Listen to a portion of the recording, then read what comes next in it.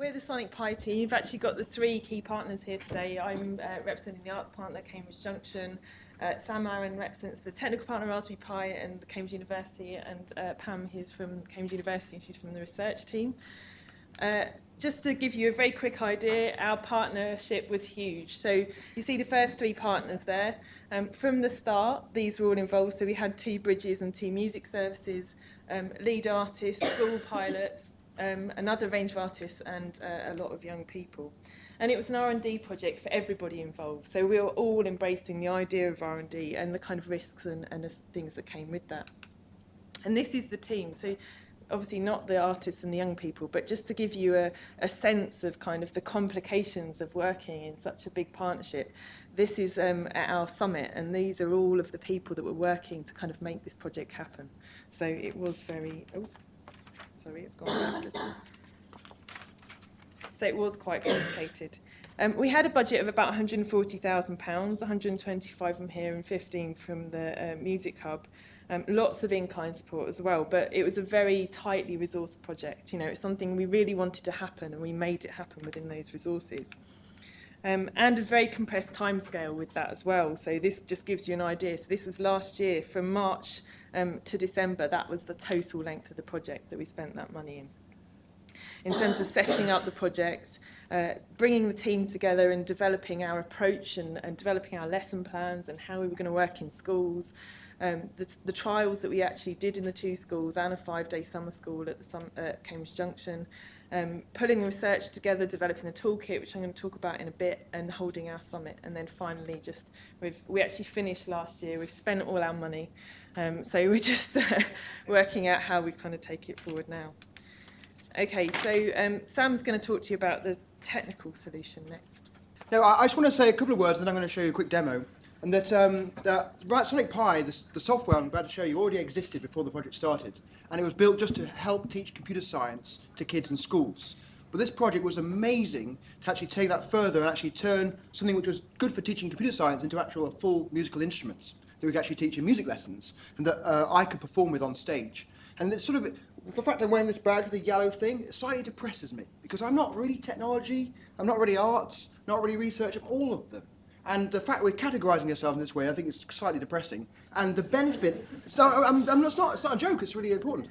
And the benefit of Sonic Pi is the fact that we actually didn't bother with those categorisations and we actually blended those together. And so I'm going to give you a demonstration, not from the technical perspective, but from the arts perspective, because the work I did with the artists in the project really informed the product and really informed the way it works and made it credible as a performance instrument, which then also meant that it was really engaging for kids in schools. So you could actually go to kids and say, hey, it's not just about making some code, make some sounds, but actual people are doing really interesting musical work with this. And so here's where you could get if you actually spent some time. And we started at the starting point before the project started was to be able to write, can you read this? Is that, yeah. Right, we'd write play, 60, sleep for a second, and then play 82 and sleep for, I can't type now, 2 seconds and play 90, right? And kids love this. That's it. And that actually, these 2 commands is most of Western notation. We've got time, we've got pitch. We can do most of composition with just those 2 commands, and kids go nuts. And that's where we were. But unfortunately, the old version didn't do the timing very well, so it actually wasn't super timed well. And it did sound pretty crappy like that, to be honest. So the interesting thing about this project, working with the artists and actually focusing on music, is we actually take that into being able to play samples. So I can do things like play an R-man break. Let's make it a bit louder. And the cool thing of this is that you can take abstractions like numbers and turn them into genres of music, right? So that's drum and bass. That's the sort of root of drum and bass. But before drum and bass came hip-hop. So NWA was straight out of Compton, played this sample, no, they played this sample, but half rate. So let's do that at 0.5. Right, so a bit of rapping on top of that, that's a genre of music. And we obviously had the drum and bass, that's rate 1. And then we can do like reverse, a bit of mashup, but almost a square pusher style. And then like gabba music, I think everyone knows about gabba music. Ready for that? Right, so that's brilliant. So you got 3 numbers, 3 different genres of music. Kids love this, right? And so kids will say, well, how do I actually make some music out of this? So in addition to the being able to play sleep thing, I built this thing as part of the project called Live Loop. 1 minute. I could spend ages doing this. So I'm going to play that sample, I'm going to sleep for the sample duration. of loop R men. And I'm going to end. So it's going to weight. So instead of rate 1, I'm going to do rate 1, half, or minus 1, and choose.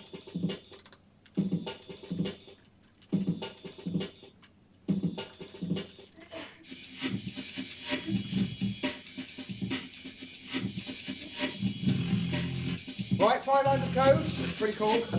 And I could keep going on, and I do performances where I do that, so I build up and build up. And places you can get to, in the help menu, part of the project as well, we've built a whole bunch of examples, got a full tutorial, and one of the examples here, which I'll finish with, is this, and this is 35 lines of code. Okay, right, and the cool thing about this is that primary school kids have written code with all of these concepts. This is not complicated stuff. Might look complicated, but if a primary school kid can do it, you can too. So if you want to play with this, it's fully free and open source. It runs on Macs, Windows, and PCs, and Linux. And So you can see, you know, our project was all about working in schools, working with young people, creating this kind of technology and processes with artists to, you know, really change the way that music education works. And we knew that we wouldn't necessarily have any money after this, so we had to make sure that it was all openly accessible to everybody. So we developed this website, which is just a very kind of cheap website to set up with all of the resources on. So basically, on one page, it tells you about the project, all the resources that we developed, so all of the lesson plans that we developed are here, all the kind of notes that the teachers developed, so how to set up this kind of kit in schools, which were kind of some of the really hard things that we had to deal with, how you get past their firewalls and all that kind of thing. And all of these resources are going to be supported by different parts of the project. So we've got the summer school information here, how to run a summer school, what happened, you know, what are the kind of notes behind that, the artist-led ideas. The artists have also developed a Sonic Pi controller that you can build for yourself. Again, we've put all of that on the website.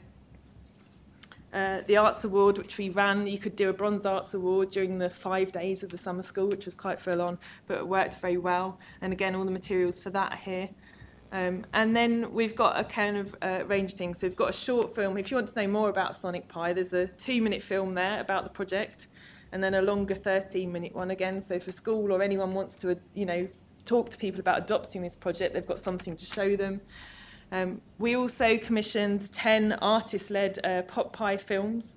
So they're Pop Pi videos, I should say. So they're 3-minute pop films using Sonic Pi, made by a range of artists, and they're really fun. So I'd really encourage you to have a look at those. Hypnotic dogs and logs and all kinds of odd things. That's Sam's one there, MetaX Sonic Pi.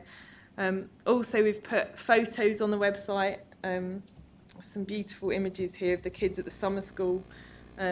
And one of the really powerful things about the summer school was it wasn't just about, you know, it's not just about coding and music, it was about performance. And you had 57 kids who came together for the first time, often technical kids that had chosen to be there that didn't realise they could be musicians and that didn't realise that music could be something that they could engage with. So it was very exciting from that point of view. And then some credits, and I better hand on to Pam because we're desperately running out of time. So I'm now given the challenge of 2.5 minutes to give the findings, which I think I can meet this challenge. What have we learned from the research? A lot. And I think you can see why from the sort of enthusiasm of Sam, from the in-depth and breadth and layers of this research project and project itself. And essentially, what have we learned? We've learned new practices, principles and pathways of learning with digital technology. And as a person who has worked in education and technology and in industry and now in academia, I've not ever seen kids as excited as this. Not only children excited, but experts, adults. And the one thing I've got 3 findings I'm going to share in 2 minutes, and one is collaborations. The nature of collaborations when you get lots of experts together. And you've seen Sam presenting as a programmer who was testing and trialing and reflecting. testing and trialling and reflecting in the classroom with young people. So they got very excited to have Sam, and he gets excited in the classroom. So it was a hub of learning, but also risk-taking, because you had experts like artists who bring a different way of seeing and a different way of working into that environment. Mix that with teachers who were standing back and learning, can't believe how time moves.